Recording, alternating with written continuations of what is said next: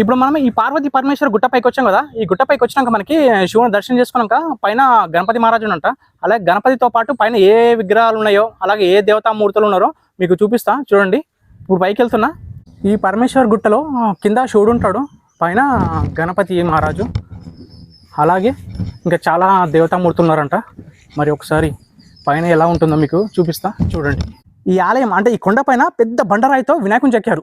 మరి ఇప్పుడు ఆ వినాయకుడు ఎలా ఉంటుందో మీకు చూపిస్తా చూడండి.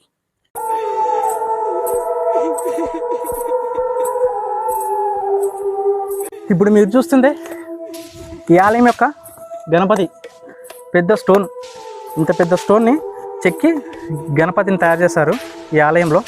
చాలా చాలా బాగుంది కదా, చూడండి ఎంత పెద్దగా ఉందో. ఇదంతా పెద్ద బండరాయిని చెక్కి వినాయకుని తయారు చేశారు. చాలా చాలా బాగుంది నిజంగా.